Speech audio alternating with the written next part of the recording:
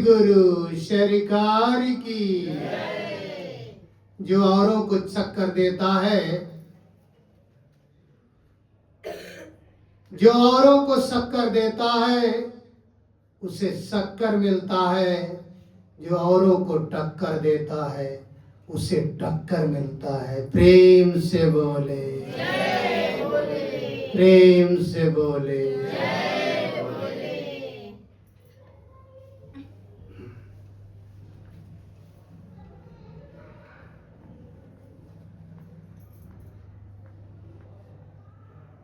वो दिव्य रूप,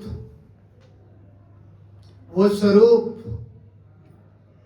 जो बाइबल बोल रही है, दरवाजा खटखटाओगे तो खुलेगा। बाइबल बोल रही है दरवाजा खटखटाओगे तो खुलेगा, दरवाजा खटखटाओगे तो खुलेगा, ढूंढोगे तो मिलेगा, ढूंढोगे तो मिलेगा, ढूंढोगे तो मिलेगा। वही गीता बता रही है।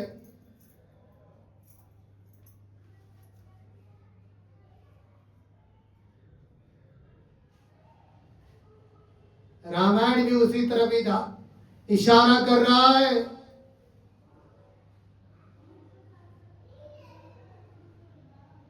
कुरान कर रहा है अल्लाह के सिवा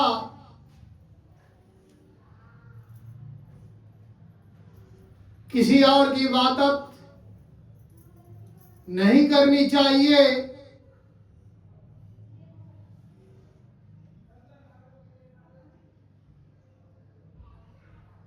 और यही एक परमात्मा है जिन्हें हम लोग जय बोले कहते हैं। ये साकार में भी है और निराकार में भी है। ये साकार में भी है और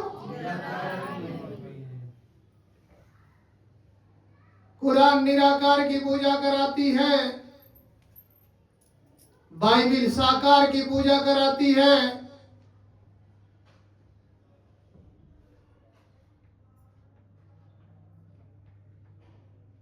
ग्रंथ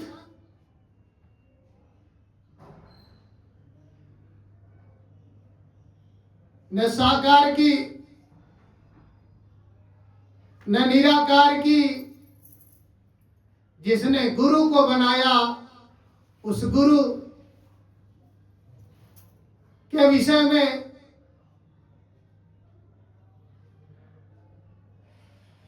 गुरु के इशारे पे चलने का रास्ता बताती है।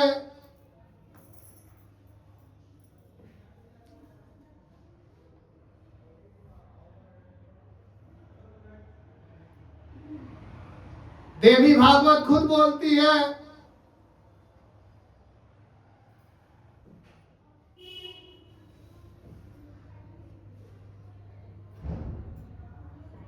मैं ही सबको जन्म देने वाली हूं।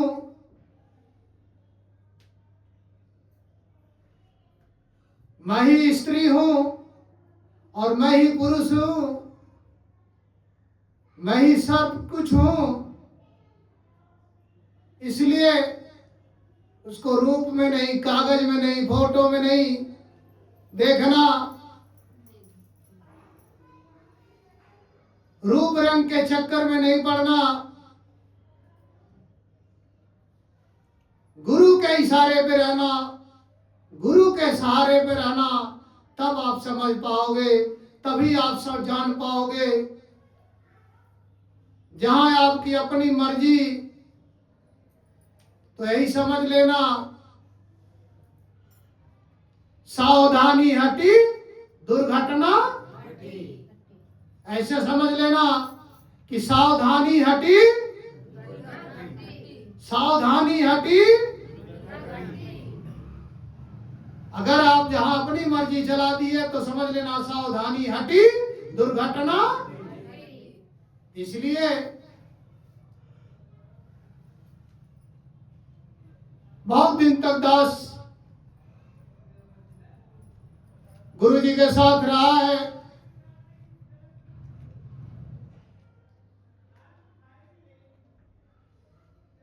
उस नदी के किनारे, जिस नदी में स्नान करने से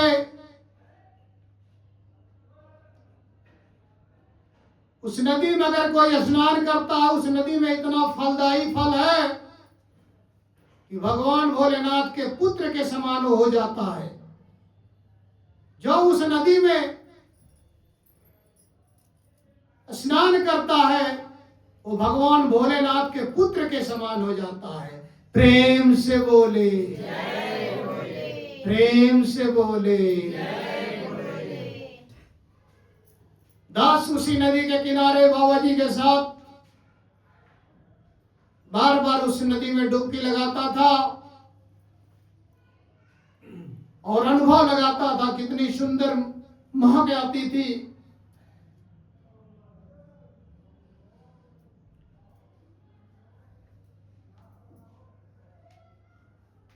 उस जगह का नाम था हवन कुंड। क्या नाम था? जो जल निकलता था उसका महक एकदम हवन की तरह लगता था। वहां से खुशबू निकलती थी उस जल से, एकदम हवन जैसे हो रहा था। उसका नाम ही हवन कुंड है और हवन की तरह वहां पर महसूस होता था। और दास उसमें डुबकियां लगाता था, बार बार तैरता था गुरु जी के साथ। गुरु जी दास को पहले जगा देते थे, बेटा चलो दिव्य समय है, दिव्य टाइम है और स्नान करना है। स्नान करके आते हैं। सब नदियों का अद्भुत अद्भुत रूप है, अद्भुत अद्भुत फल है। इसलिए किसी नदी को छोटा मत समझना, किसी तीर्थ को छोटा मत समझना। बाबा जी अंतिम में वही दास को आज्ञा दिए, बेटा जंगल में नहीं फल मिलता है, पहाड़ पे नहीं, नदी के किनारे नहीं, समुद्र के किनारे नहीं। जहां आपका मन बस जाए, जहां आपका मन लग जाए, जहां आपका दिल खुश हो जाए, वहीं पर सब सुख मिलता है, वहीं पर सर्व सुख मिलता है, वहीं से सब कुछ मिलता है। प्रेम से बोले, प्रेम से बोले, प्रेम से बोले। इसलिए उस घड़ी को हमेशा याद रखना, उस जगह को हमेशा पवित्र बना के रखना। वो जगह पवित्र है तभी आप कामयाबी की डगर पे जा सकते हो। अगर वो जगह पवित्र नहीं है तो आप कुछ भी कर लो, कामयाबी आपको नहीं मिल पाएगी। आपको खुद को पवित्र रखना है, भोजन को पवित्र रखना है, अपने दर्पण को पवित्र रखना है, अपने चाल को पवित्र रखना है, अपने हर विचार को पवित्र रखना है। जब आप पवित्र हो जाएंगे तभी आप परमात्मा के नजदीक पहुंच पाएंगे। प्रेम से बोले, प्रेम से बोले। सतगुरु सरकार